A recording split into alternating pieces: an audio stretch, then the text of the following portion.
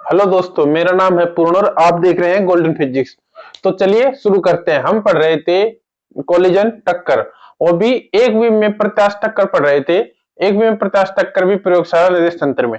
अब वही एक बीम में प्रत्यास्थ टक्कर अब हम पढ़ेंगे द्रव्यमान केंद्र निर्देश तंत्र में। तो द्रव्यमान केंद्र निर्देश तंत्र क्या होता है कि जिस प्रकार लैब फ्रेम होता है, ये लैब फ्रेम था, हमने ये माना था एक्स वाई और जेड, इसका मूल बिंदु ये ओ है। तो जो द्रव्यमान केंद्र निर्देश तंत्र होगा उसमें जो उसका मूल बिंदु होगा वो होगा सेंटर ऑफ मास, इसको मूल बिंदु मानेंगे। इसकी गति होगी VCM, ये हमने पहले पढ़ा है। तो वही फॉर्मूले लगाने हैं, हमें निकालना है कि द्रव्यमान केंद्र निर्देश तंत्र में टक्कर के बाद उनके वेग किस प्रकार बदलते हैं। उसमें हमने देखा था कि वेग v1 आया था, बराबर आया था m1 minus m2 u1 upon m1 plus m2 plus 2m2 u2 upon m1 plus m2, यह आया था v1 वेग। इसी प्रकार v2 आया था। तो अब हम पढ़ेंगे उस टक्कर को द्रव्यमान केंद्र निर्देश तंत्र में। तो वही मान लेते हैं कि हमारे पास दो कण है। अब दो कण है तो उनका एक द्रव्यमान केंद्र निर्देश तंत्र होगा, उस निर्देश तंत्र का वेग होगा। तो हम मान रहे हैं कि माना दो कण, ये दो पिंड, माना दो द्रव्यमान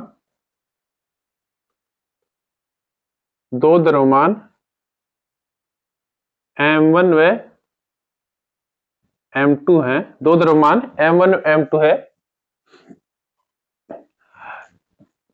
तो इनका द्रव्यमान केंद्र का वेग, द्रव्यमान केंद्र का वेग, तो द्रव्यमान केंद्र का वेग होगा वो होगा VCM।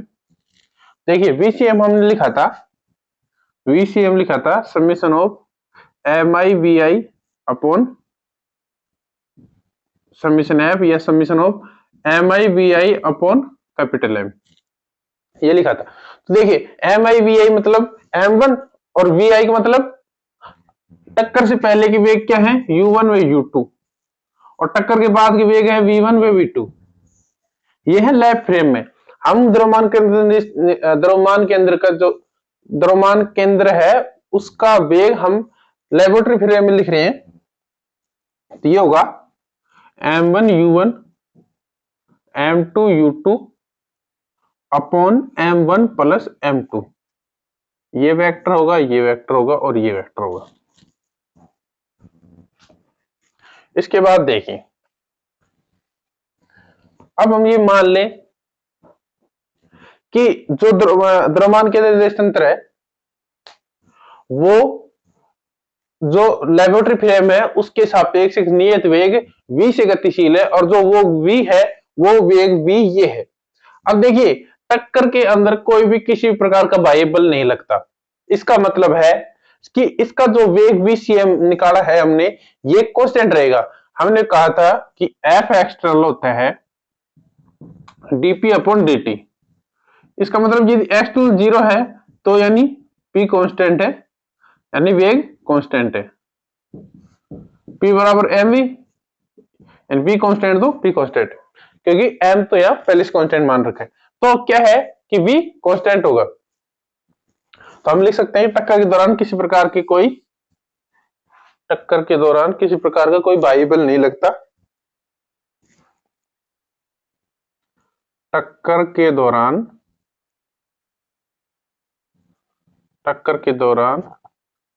किसी प्रकार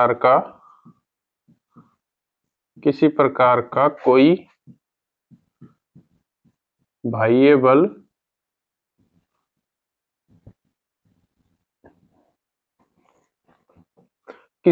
कोई बाह्य बल नहीं लगता है, इसलिए VCM कांस्टेंट होगा। अब देखिए ये था लेबोरेटरी फ्रेम, और ये मान लिया हमने सेंटर ऑफ मास, और ये जा रहा है V से VCM से। इस निर्देश तंत्र में कोई कण है m1, इस निर्देश तंत्र में कोई कण m1 है, तो हम उसका वेग निकालेंगे। इस निर्देश तंत्र में हमें वेग पता है, इसमें तो पता है u1 और u2, तो इस निर्देश तंत्र में क्या होंगे हम ये निकालना है। तो हम इस निर्देश तंत्र में यदि ये जड़ निर्देश तंत्र मान लिया तो इसके सापेक्ष ये कांस्टेंट वेलोसिटी चल रहा है, इसका मतलब ये भी जड़ निर्देश तंत्र होगा। तो जड़ निर्देश तंत्र में जो वेग होता है वो हम दे सकते हैं गैलीलियन रूपांतरण समीकरण से। तो हम लिख सकते हैं यदि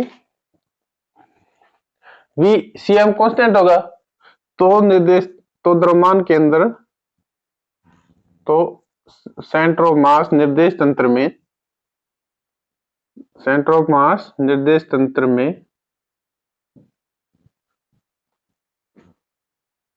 वेग गैलीलियन रूपांतरण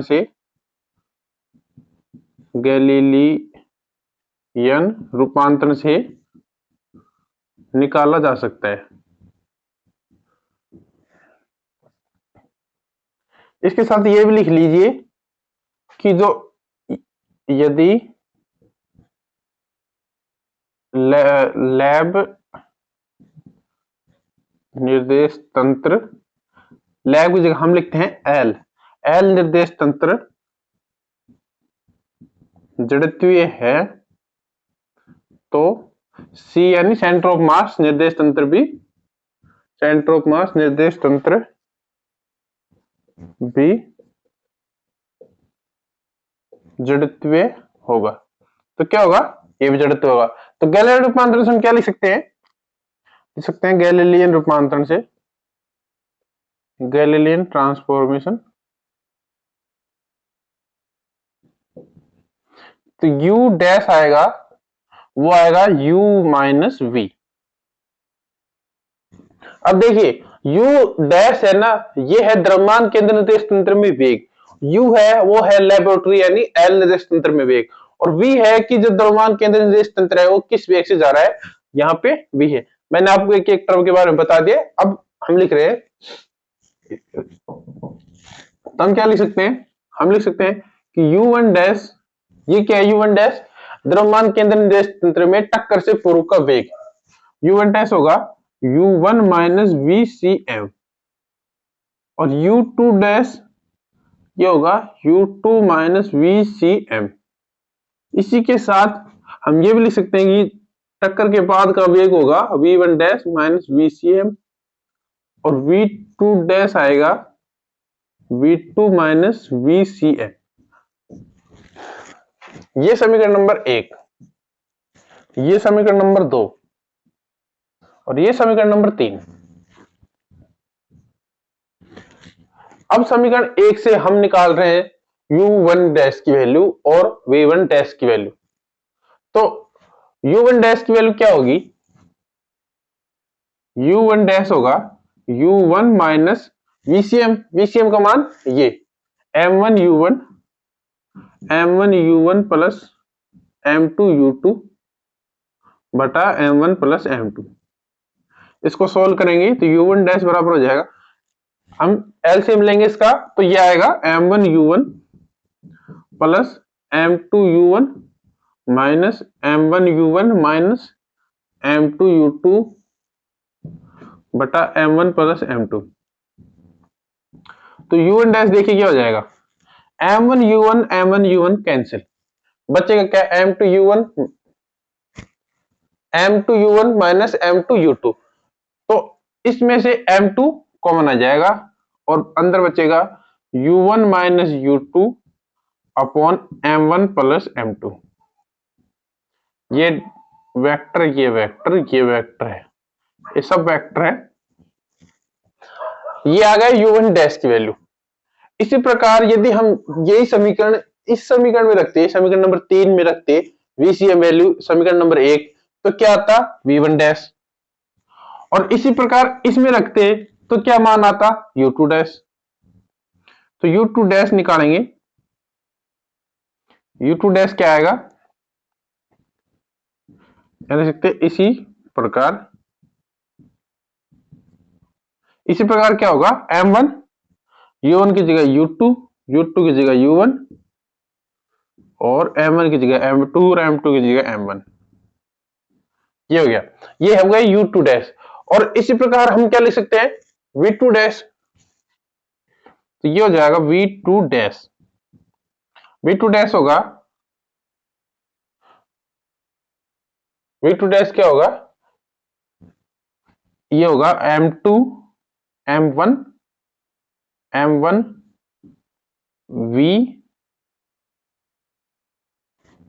एक मिनट, जब हम निकालेंगे VCM तो V1 होगा, V2 डैश होगा V2 minus VCM U1 dash, और जो ये मान होगा वो,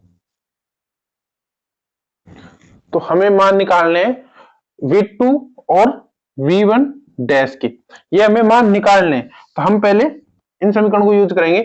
देखिए, टक्कर से पहले का संवेग और टक्कर के बाद का संवेग बराबर होगा। क्यों?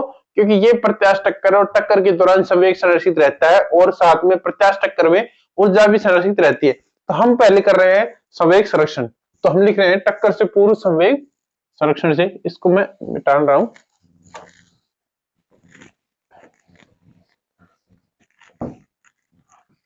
तो टक्कर से पूर्व संवेग संरक्षण,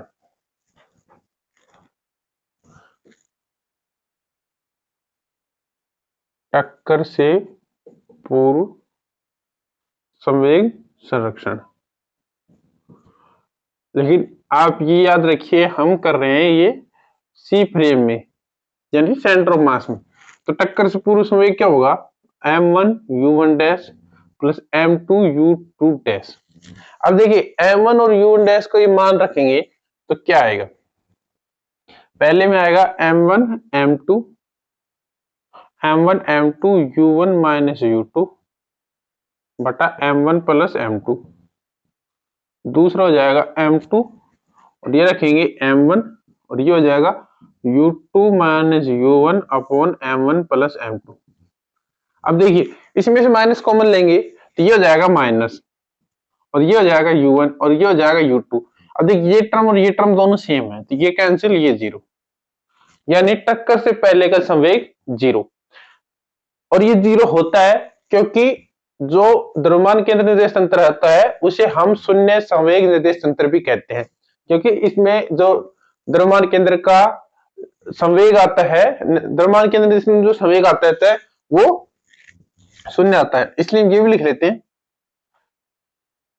हम लिख सकते हैं कि द्रव्यमान केंद्र निर्देश तंत्र को, द्रव्यमान केंद्र निर्देश तंत्र, द्रव्यमान केंद्र निर्देश तंत्र को शून्य संवेग निर्देश तंत्र, शून्य संवेग निर्देश तंत्र, शून्य संवेग निर्देश तंत्र भी कहते हैं। ये लिख लिया। अब देखिए इस समीकरण से M1 U1 dash M2 U2 dash बराबर जीरो, ये टक्कर से पहले के संवेग है। तो टक्कर के बाद का संवेग क्या होगा, वो होगा M1 V1 डैश और M2 V2 डैश। ये समीकरण नंबर 3 थी, ये समीकरण नंबर 4 और ये समीकरण नंबर 5। अब देखिए समीकरण 5 से हम निकाले मान लो U2 का डैश का मान, तो U2 डैश क्या होगा, minus M1 U1 dash upon M2।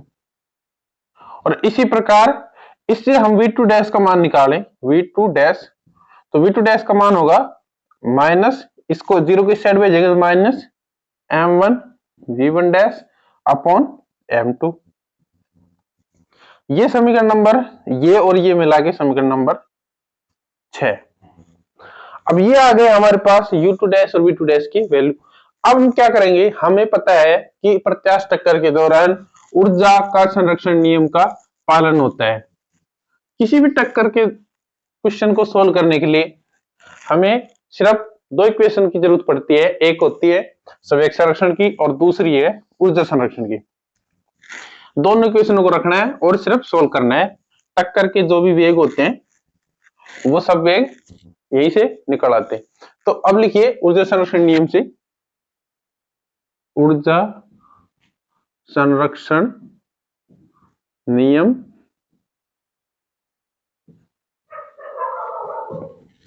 ऊर्जा संरक्षण नियम क्यों लगा सकते हैं? क्योंकि ये टक्कर प्रत्यास्थ, यदि ये टक्कर अप्रत्यास्थ होती तो ऊर्जा संरक्षण नियम नहीं लगा सकते। तो 1/2 m1u1 dash square 1/2 m2u2 dash square बराबर 1/2 m1 v1 dash square plus 1/2 m2 v2 dash square. ये होगी ऊर्जा संरक्षण नियम से। 1/2 से 1/2 कैंसिल। अब हम रखेंगे वैल्यू u2 डैश और v2 डैश की, तो लिखेंगे m1 u1 डैश का square plus m2 u2 dash की वैल्यू क्या है? Minus m1 u1 dash upon m2। देखिए हम ये वैल्यू इसलिए पुट कर रहे हैं क्योंकि हमें प्राप्त करना है v1 डैश और v2 डैश। v2 डैश की वैल्यू पुट करेंगे तो इसका मतलब है हमें प्राप्त होगा v1 डैश, और हमें क्योंकि ये 0 है इसलिए हम u2 डैश की वैल्यू पुट कर सकते हैं। तो समीकरण सिर्फ और सिर्फ एक ही वेरिएबल v1 डैश की रह जाएगी और u1 डैश में इसके मान आ जाएंगे। ये होगा 1/2 तो हट गया, m1 v1 dash square plus m2 v2 dash की वैल्यू क्या है? माइनस m1 v1 डैश का अपॉन m2 का स्क्वायर। तो इस साइड से हमें ये स्क्वायर है, इस साइड से हम u1 डैश कॉमन ले सकते हैं, तो u1 डैश का स्क्वायर कॉमन आ गया। यहां बचेगा m1 और यहां बचेगा, देखिए एक तो m2 है और m1 का स्क्वायर और नीचे m2 का स्क्वायर। यहां m2 है और यहां स्क्वायर है तो ये एक m2 कैंसिल, तो ये टर्म बचेगी। साथ में जो माइनस था वो प्लस हो गया, इसलिए जो टर्म बची वो बचेगी m1 स्क्वायर अपॉन m2। इस साइड देखिए इस पूरी टर्म में v1 डैश का है तो v1 डैश कॉमन लेंगे तो v1 डैश का स्क्वायर कॉमन आ गया। यहां बचेगा m1 प्लस, देखिए m2 और ये स्क्वायर है m2 डैश का स्क्वायर, तो एक स्क्वायर से ये कैंसिल हो जाएगा, तो यहां बचेगा वही m1 स्क्वायर माइनस का प्लस हो जाएगा और ये m2। अब देखिए इस साइड ये टर्म और इस साइड ये टर्म, दोनों टर्म सेम है, तो इसका मतलब ये दोनों टर्म कैंसिल। अब क्या बचेगा? बचेगा u1 डैश का स्क्वायर बराबर v1 डैश का स्क्वायर। ये आ गया v1 का u1 की फॉर्म में मान, तो हम यहां से लिख सकते हैं कि v1 डैश होगा वो होगा प्लस माइनस u1 डैश, और सिमिलरली क्या होगा? सिमिलरली v2 डैश होगा प्लस माइनस u2 डैश। अब हमारे पास v1 डैश और v2 डैश की वैल्यू आ गई। अब हमें क्या निकालना है? इनके मान। तो हम दोनों को प्लस ले सकते हैं या दोनों को माइनस ले सकते हैं, तो हम ले रहे हैं पहले प्लस, तो प्लस चिन्ह लेने पर क्या होगा और माइनस चिन्ह लेने पर क्या होगा? यहां से आप देख सकते हैं कि जो कण v1 m1 था वो जो वापस उसी u1 वेग से जाएगा और जो v2 कण है वो वापस u2 वेग से जाएगा। तो देखिए प्लस चिन्ह लेने पर, प्लस चिन्ह लेने पर प्लस चिन्ह लेंगे तो हमारे पास आएगा v1 डैश बराबर u1 डैश और v2 डैश बराबर आएगा u2 डैश। इसका मतलब क्या है कि जो कण u1 डैश से गतिशील था और जो m2 कण है वो u2 डैश से गतिशील था, अब टक्कर के पश्चात उसी वेग से गतिशील रहेंगे, यानी टक्कर तो होगी लेकिन उसमें किसी प्रकार का कोई प्रभाव नहीं होगा, इसी कारण ये टक्कर प्रभावी नहीं है। यानी जिस वेग से चल रहे थे अभी भी ये उसी वेग से चलते रहेंगे बिना किसी परिवर्तन किए। तो हम लिख सकते हैं कि इनमें इस प्रकार टक्कर में कणों के वेग में कोई परिवर्तन नहीं होता है, इसलिए यह टक्कर प्रभावी नहीं है, इसलिए यह टक्कर प्रभावी नहीं है। अब हम लिखेंगे यदि माइनस चिन्ह ले तो माइनस चिन्ह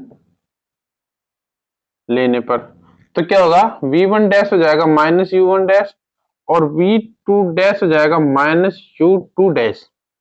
अब देखिए जो कण m1 था वो u1 डैश वैल्यू से आया था, लेकिन टक्कर के पश्चात ये माइनस u1 डैश से वापस गया।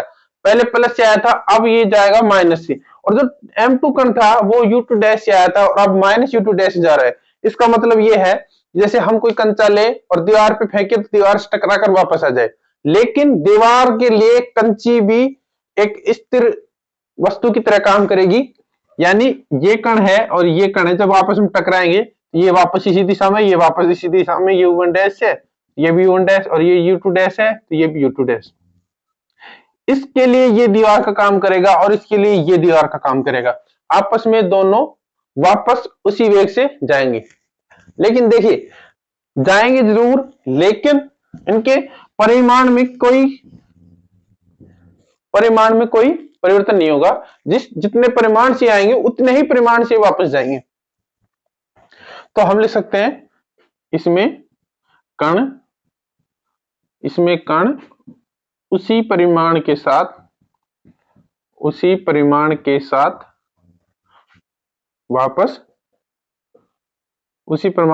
वापस मुड़ जाते हैं। अब हम लिख सकते हैं इसलिए इनका जो परिमाण होगा वो v1 डैश इक्वल टू हो जाएगा u1 डैश। टक्कर किसी प्रकार की हो ये बराबर होंगे और v2 डैश बराबर हो जाएगा u2 डैश। टक्कर किसी प्रकार की हो ये होगा ही होगा। इसके बाद हम एक चीज और देखते हैं, तो एवरेन की वैल्यू और लिख लेते हैं, फिर हम देखेंगे कि इनकी गतिज ऊर्जा क्या होगी। टक्कर में सिर्फ दो ही चीज काम आती है, एक संवेग एक ऊर्जा। टक्कर के क्वेश्चन सोल्व, क्वेश्चन भी इन्हीं से ही हो जाते हैं, आपको फॉर्मूले याद नहीं हो तो भी हो जाते हैं। देखिए v1 डैश की वैल्यू आएगी, v1 डैश की जो वैल्यू आएगी हमने लिखा था अभी माइनस u1 डैश, और u1 डैश की वैल्यू हमने लिखा था शायद समीकरण नंबर 3-4 में थी, वो थी माइनस ये हो जाएगा m2, ये हो जाएगा u1 minus u2 upon m1 plus m2। Lap frame में वेगों के रूप में है। और v2 डैश हो जाएगा माइनस u2 डैश, ये हो जाएगा minus m1 u2 minus u1 बटा m1 प्लस m2। ये सब सदिश हैं। अब देखिए जब हम इनकी ऊर्जा निकालेंगे तो इनकी ऊर्जा आएगी 1/2 m1 u1 डैश का स्क्वायर, और जब इसकी इसी कण की जब फाइनल ऊर्जा निकालेंगे वो आएगी 1/2 m1 v1 डैश स्क्वायर, और जो v1 का मान है वो u1 माइनस u1 है तो m1 u1 डैश स्क्वायर। अब देखिए कि टक्कर से पहले जो कण की गतिज ऊर्जा थी वो ही टक्कर के बाद की कण की गतिज ऊर्जा है। इसका मतलब यह है कि टक्कर के द्रव्यमान केंद्रीय तंत्र में टक्कर के दौरान गतिज ऊर्जा में कोई परिवर्तन नहीं होता, सिर्फ संवेग, और जो संवेग होता है वो टक्कर में 0 होता है द्रव्यमान केंद्र निर्देश तंत्र में। अब हम ये कहेंगे कि हम सीधा सा लेबोरेटरी फ्रेम में निकाल रहे हैं तो हमें द्रव्यमान केंद्र निर्देश तंत्र निकालने की क्या जरूरत थी। तो अब देखिए तो ये तो था सरल। अब जब हम 2 डायमेंशन में पढ़ेंगे तो हमें हमें पता चलेगा कि जो जो प्रयोगशाला निर्देश तंत्र है उसमें हम सबकी वैल्यू नहीं निकाल सकते, क्योंकि इसमें किसी प्रकार के एंगल काम नहीं आ रहे थे। और जब हम 2D पढ़ेंगे तो ये टक्कर के अलग अलग दिशाओं में जाएंगे, टक्कर के बाद तो हम उनके बाद हमें उनके एंगल भी निकालने पड़ते हैं। अब हम कल ही पढ़ेंगे, परसों पढ़ेंगे शायद, कल तो अप्रत्यास्थ पढ़ लेंगे, फिर परसों पढ़ेंगे। तो इसमें ये लेबोरेटरी फ्रेम काम नहीं करता, इसलिए हम पढ़ रहे हैं द्रव्यमान केंद्र निर्देश तंत्र। तो चलिए मिलते हैं कल, बाय। वीडियो